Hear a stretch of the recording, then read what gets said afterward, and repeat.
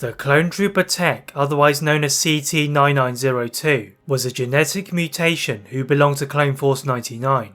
With his enhanced knowledge and skills in computing and electronics, Tech complemented the skills of those in his squad, and they were known for having the highest mission success rate in the army. When Order 66 was executed, Tech was one of the squad immune to the Order, and he chose to defect from the Empire's regime in favour of becoming mercenaries. Whilst Ted wanted to avoid the ruthless Empire, this would soon change when the clones discovered Admiral Rampart's intentional destruction of Tipoca City. As clones were being replaced, Tech and Clone Force 99 knew they were being hunted down thanks to the warnings of a detained Crosshair, and to save the clone from experimentation and to gain their freedom, the clones embarked on what proved to be a fateful mission to Eriadu. The plan was to locate Dr. Hemlock with a tracking beacon, who was attending a summit headed by Tarkin to try and find Crosshair. But when the beacon is destroyed by Saw Gerrera and his own plan, the clones are forced into a fateful escape. Having tried to escape on the rail line, the explosion cuts the power from the tracks, and though Tech managed to re-establish power, damage from V-Wing starfighters splits their carriage into two. Tech would then enact Plan 99, severing its grappling cable from half of the carriage, and enabling the other half to accelerate to safety, but at the cost of his life. But what if Tech survived? Would the clone still manage freedom from the Empire? Above the skies of Eriadu, the escaping Clone Force 99 were battling the Empire and losing. Even with their superior skill, the sheer power of the TK stormtroopers and V-Wing starfighters was proving too much, and dangling thousands of meters above ground, Tech was considering his very limited list of options. The situation was worthy of his own sacrifice, but Tech decided to enact Plan 98 instead of Plan 99. Despite the protests of Wrecker and Omega, Tech raised his DC-17 blaster pistol and severed the connection to the carriage as the V-Wing starfighters approached the clones.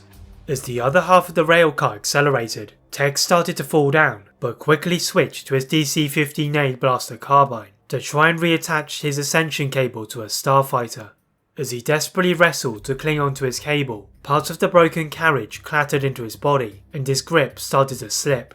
The weight of Tech was dragging the V-Wing starfighter to the surface of Eriadu, and with the clouds above him, the wing he was attached to began to crumble. Converging onto the side of the Raven's Peak mountain, Tech released the cable from the wing and he crashed into the side of the mountain. Pain rushed through the body of the clone as he slid down the mountain, and this was not helped by the explosion of the V-Wing in his proximity. Tech shot up into the air and bounced off of the fragments of the V-Wing, and now unconscious, he tumbled down the hillside and stopped on the ground. Unknown to Tech, he had just landed outside one of Eriadu's famous Lomite mines, and the miners had stopped their work to examine the body of the clone. Whilst they were tempted to melt down his armour, they decided to drag him to the more popularised city and allow him to be dealt by the rough locals. Several hours later, and with the surface of Eriadu asleep, Tech awoke in a dark room and with his legs chained to a wall. As the clone looked around the room, the computerised visor was broken, so he had to rely on his own senses to plan an escape. Though the computer terminal in his arm was also broken, Tech managed to contort his other hand around his bindings and manufactured a lockpick to free his hands. The bones in his back snapped as he untied his feet, and it took a miraculous effort to not let out a scream when he tumbled to the ground. The clone found some cloth strewn across his cell and tied it around most of his injured areas, but he still hobbled as he looked for a way out. With his visor still broken, Tech couldn't scan the network of corridors, but by the sounds of those above him, he appeared to be in a bar of some kind. What Tech needed at this moment was some way of communicating with the rest of Clone Force 99, and when he saw the Imperial patrol outside, he deduced that the planet was in a temporary lockdown. The clone slowly moved to the back entrance of the bar and picked up a vibronite from on top of a barrel. Then whilst one of the TK troopers started stumbling from inebriation, he sliced his neck and took his comlink. The Imperial chatter was quiet at night, but Tech heard that there was a search party below Raven's Peak for his remains, so an escape from Tarkin's base was out of the question. As he walked to the edge of the city, Tech saw an abandoned Republic command station, and he saw this as his chance to get help. Tech limped to the compound and repaired as much of the electronics in his armor and visor as he could, then looked for a terminal to send a coded message. After restoring the necessary power, Tech reactivated the communication station and sent a transmission to Hunter and the other clones, but as he did so, he soon heard the footsteps of the TK troopers. The command of the nearby Imperial base ordered for Tech to surrender, having been alerted by the power surge, and with several of the center's turbo lasers pointed at his face, he had little choice but to surrender. Back on the Marauder, the clones were heading back toward Mantell, with most lamenting the loss of Tech, when the comm channel started to flicker into life. The code beeps in a sequence familiar to the clones, and Hunter deciphers the transmission to conclude Tech is still alive. But with the Mega injured from the battle in the skies of Eriadu, Echo decides the clones needed to take care of her injuries, so they travelled away from their path and to the system of Rendelia. Echo had known about a Republic medical station from his time in the Clone Wars, and whilst AZI-3 used the supplies on board to heal Omega, Echo worked on locating Tech. The former clone of the 501st Legion had been monitoring any Imperial transmissions he could, but with Eriadu having been under siege, Echo thought it was a miracle that Tech had got out any kind of signal. Their only hope was to return to the planet, and this was something Hunter was less than willing to do. But when Echo received intelligence that Ord Mantell was under Imperial attack, Hunter knew that both Sid had betrayed them, and they now had no choice but to find Tech. With the Marauder now known to Imperial intelligence, the crew wanted to mask their signature in some way, and without a modulator, they decided to plant themselves onto the underside of a mining vessel. Unsurprisingly, this ambitious plan fails as soon as they approach the blockade, with the Imperial Navy firing at the clones. The clones switch to Plan B, and flying above the station's Star Destroyer, Wrecker drops their remaining smoke grenades and causes chaos amongst the blockade. Whilst the centers could pick up the signature of the Marauder, the smoke caused the V-Wing starfighters to fly into the Star Destroyer, and the clones managed to make an escape to the planet below. Echo had tried his best to locate Tech's message, but when they travelled to its coordinates, they discovered an inferno rising to the clouds. Whilst it had destroyed the terminal, it did at least prove that Tech had previously used the station. With the Imperial presence still searching for the clones over Eriadu, Hunter was able to get out of the ship, and examining the ashes that remained, he sensed that the TK stormtroopers moved further inland. The Marauder follows the instructions of Hunter and scanned over the top of the planet to find the spaceport. Dozens of TK troopers were now serving as customs and immigration officers, having replaced the local enforcement squad, and now it was Echo's mission. Leaving Hunter and the others at a rendezvous point, Echo tackled a TK trooper outside the walls of the spaceport and wore his armor on top of his own, then tried to access a data port. Echo took to hiding behind crates of cargo and scurrying to hiding places before he made it to his target. The main office of the spaceport was located in a section overlooking the area, and shielded by a number of the surrounding buildings, he attached an ascension cable to one of the flying buttresses and climbed his way onto the roof. Echo looked down into the room below, silently unscrewed the window, and leapt down to bash the heads of the TK troopers together. The clone removed the armoured disguise and placed his cybernetic scomp link into the data port and transferred data of recent departures. Such was the chaos caused by the destruction of Tarkin's base on Raven's Peak. Many of the residents on Eriadu had decided to move, and the list of departures was considerably larger than normal. Just as Echo was about to complete his transfer, a second pair of TK troopers, who were supposed to have their shift, were alerted to the silence of their colleagues. Echo quickly stunned them both with his blaster pistol, but as their comlink started to flash, the former clone trooper jumped through the hatch in the roof and sealed it before reinforcements arrived. As the TK troopers bustled into the office, Echo snuck through the tops of the spaceport, and Hunter swooped in to lower the ramp, then whisked him to safety. As the Navy was still dealing with the aftermath of Wrecker's distraction, the clones able to enter hyperspace, and Echo starts to examine the data. Through the thousands of departures, Echo singles out one which was encrypted, and it pointed to a planet in the mid-rim, one called Wayland. But without the precise coordinates, the clones needed some way of finding the planet, and an alternative to the Marauder, so Echo passes on this request to Rex. The former clone commander puts them in contact with someone on Coruscant, so Clone Force 99 embarked on yet another dangerous mission. With Omega now fully recovered from her injuries, she was happy with the prospect of reuniting with the Martez sisters, but the rest of the squad were more concerned with infiltrating the most protected planet in the galaxy for a second time.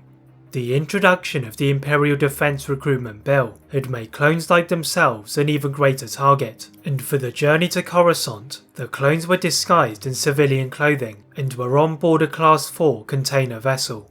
The nervous journey was not helped by the patrolling TK troopers, and when they eventually landed on Coruscant, Hunter helps them avoid the border guards by escaping through the streets. The clones have to evade the replacement of the Coruscant Guard, and they take a large airspeeder to level 1313 of the underworld of Coruscant. The clones begin a descent through one of the underworld's portals, unaware that they were being watched from a balcony of one of the buildings, as they entered the repair shop of Trace Martez. Trace's older sister Rafa was less than impressed with the mission assigned by Rex, but as they had helped obtain a data rod on Corellia, she considered this as returning the favour. The Martez sisters had made further modifications since their previous mission, but as they were beginning their ascent, they started to take hits from TK troopers until they rose above the underworld. Once they were out of the portal, the rear deflector shields were smouldering, and Trace redirected the energy to the front shields, as they now faced anti-aircraft turbo laser turrets. Even with the fully functioning shields, the Nebula-class freighter begins to lose altitude, and Trace resorts to one of her modifications, which was a prototype cloaking device. The Imperial forces were shocked that such a small ship could have such a device, and though the Empire had tracking torpedoes on their larger ships, the density of buildings took this weapon out of their armoury.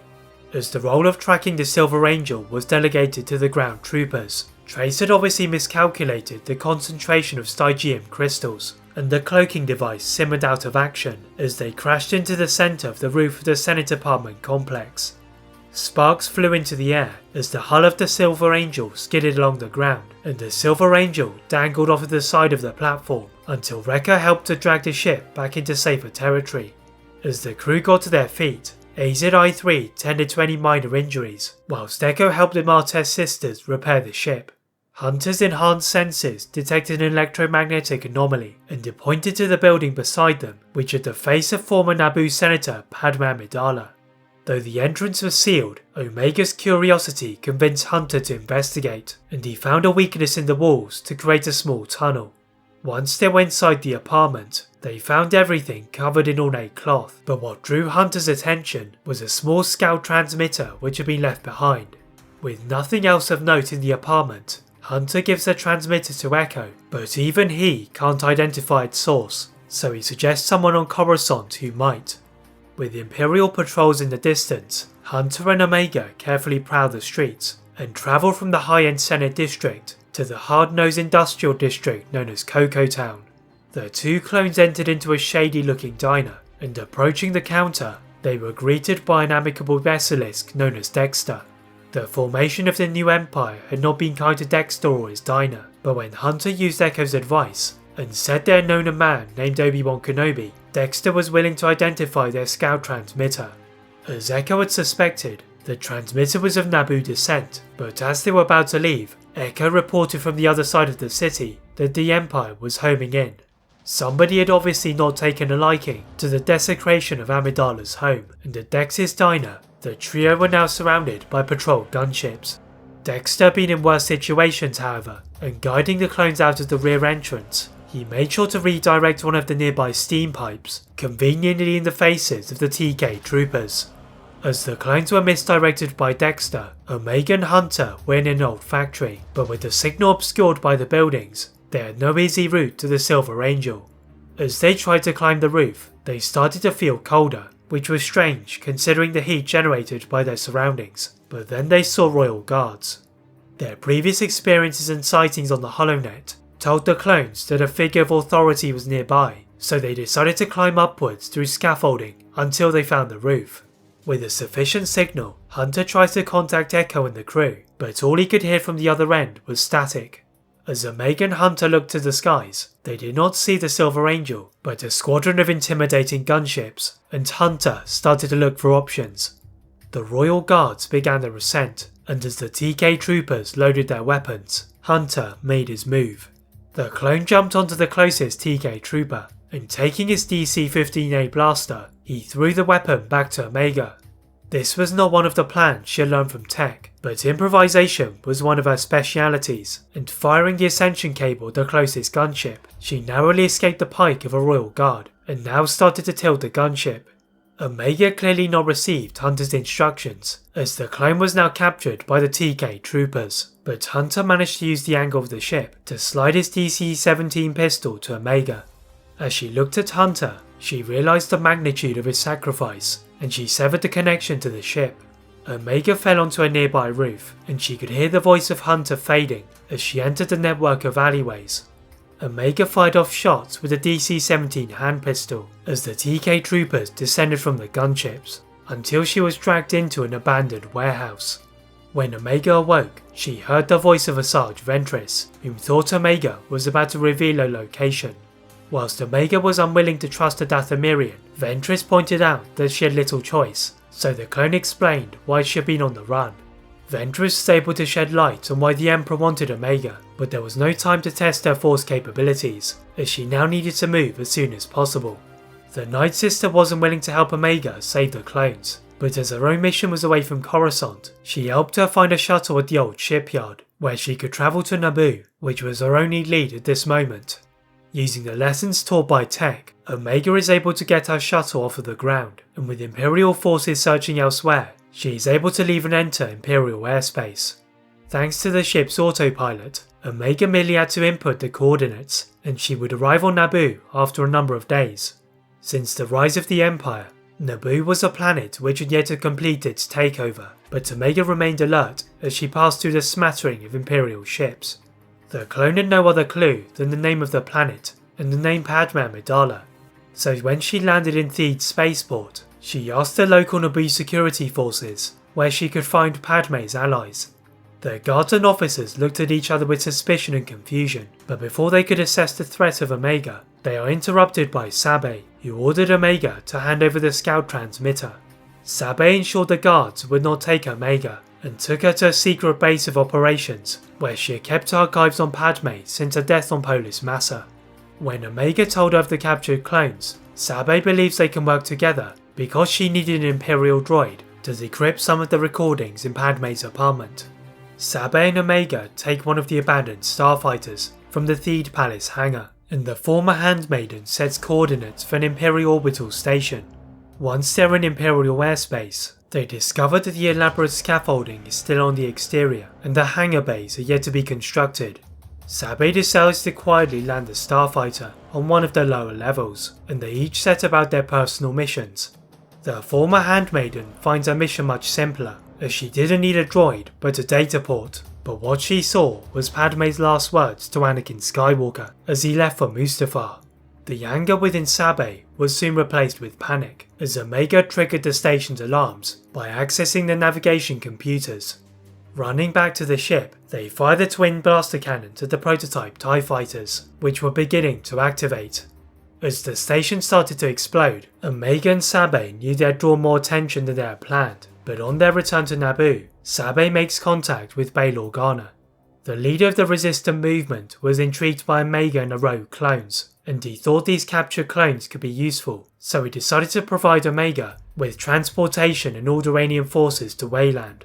Omega is able to formulate a rescue strategy, and they ultimately opt to land on the river beside Mount Tantiss.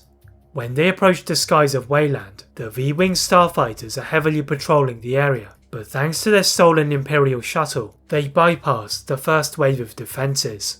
But their deception does not last long, with Dr. Hemlock's patrols in the jungles after Omega's previous escape, and after spotting the uniforms of the Alderaanian pilots, Omega's crew was soon plummeting to the ground. Whilst they had landed close to their landing zone, they would have to seek alternative transport after their rescue, but even that was now in jeopardy. Omega decides that they split up, and as several Alderaanian officers created a distraction, Omega's small squad continued their journey through the river, now beneath the ground level of Tantiss base. As they approached the sublevels, they heard a mixture of blaster fire and massive roars, and they cracked open one of the wall panels to find the Zelo beast, otherwise known as Specimen A. Through a small gap, Omega fires her energy crossbow at the tank's lever, and as the fluid started to be displaced, the Zelo beast was breaking free. The chaos created by this escape now alerted the entire facility, and Hemlock diverted more TK troopers to secure the beast, which was exactly what Omega and her crew had wanted. With the sub-level emptier, the two Alderaanian forces are able to approach the detention block, and after defeating the surprise TK troopers, the clones to Martez sisters and Nala Se were freed again. The Kaminoan left to deal with their research, but Tech was still missing, and the clones had heard he was in a more secure vault. Such a location would normally be impenetrable, but the Zelo beast was continuing its path of destruction, and the base was being torn apart. Instead of approaching the vault on foot, the clones now decided to retrieve the Silver Angel. Such was the new space created by the beast.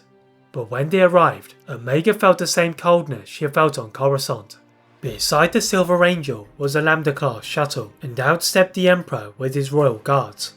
As the Zelo beast thrashed about Tantiss base, the Emperor was skeptical about Hemlock's claims that everything was under control, and he choked the overconfident doctor before he could even make an excuse. The Emperor moved further into the remains of the facility to try and control the beast, and this left the clones free to take out the station TK troopers and retake the Silver Angel. With its relatively low height, it managed to avoid any remaining ceilings and smashed into the vault, where Tech was placed for Hemlock's cruel experiments. As the clones freed Tech, the Emperor arrived from his taming of the Zelo beast, and as the Silver Angel was about to leave the lab, he held the ship in the air with one of his hands. Hunter and Wrecker tried desperately to rotate the turret, but it was as if it had been locked into place, and it seemed all hope was lost. As Omega watched the desperate situation, she remembered the words of Ventress, and for the first time, she used the Force to nudge the Emperor. Though the effect was minimal, the surprise distracted Palpatine enough for the clones to escape, and they returned to Pabu. With the clones reunited and healed, they received a transmission from Bail Organa, who offered them a place in his growing resistance. One war had ended, but another was just beginning.